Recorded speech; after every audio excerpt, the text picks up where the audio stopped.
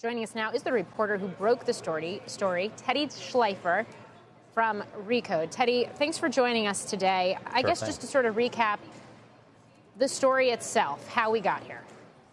Sure. So U.S. officials have been talking with some people close to the firm in recent months, sort of looking at what is going on at Mithril Capital. This is a story we've been covering closely over here at Recode, and a lot of the questions center around financial misconduct. So right now, U.S. officials, investigators, which includes the FBI, are looking into this firm. You know, this is an early stage of the investigation. Obviously, we should say that lots of investigations don't actually end with an indictment, but right now they're looking into it. So have they been charged with anything? Nope, there have been no charges filed so far.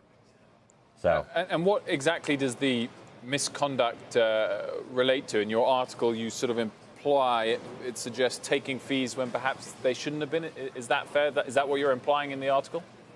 Well, I don't want to go beyond what we report in the story, but you know there have been some frustrated limited partners in the firm and some of the firm's funds for a while who've sort of wondered how exactly the money is being spent. They're asking questions. Basically, how this works for viewers is essentially, you know, a venture capital firm raises money and then it's meant to be spent on investments. But ultimately, you know, they can a general partner, an investor can kind of put the money where he or she thinks fit.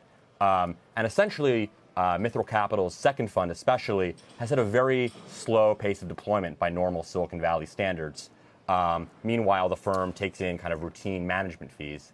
So essentially, but that just could be the valuations are high and they don't want to waste it on a bad investment. And to be totally fair, there are some Mithril limited partners and other sources I've spoken with who say that they're actually thankful that this firm has been so parsimonious with its investments. It's certainly a rational argument to defend. Some people feel one way, others feel another way.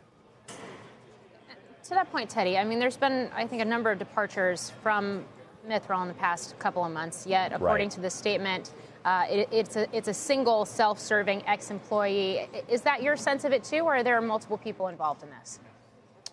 I mean, I'm not going to comment on sourcing beyond the story.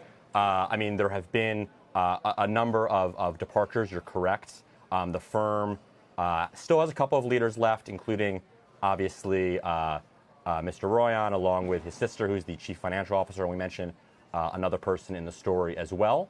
But there have been a number of departures. And ultimately, like in Silicon Valley, you need people to spend the money. You need to have people in the chairs, right? So, but there have been, I think, there have been at least 6 or 7 departures in recent years, which is troubling to some people who want to see people in the chairs out there working the circuit and making deals.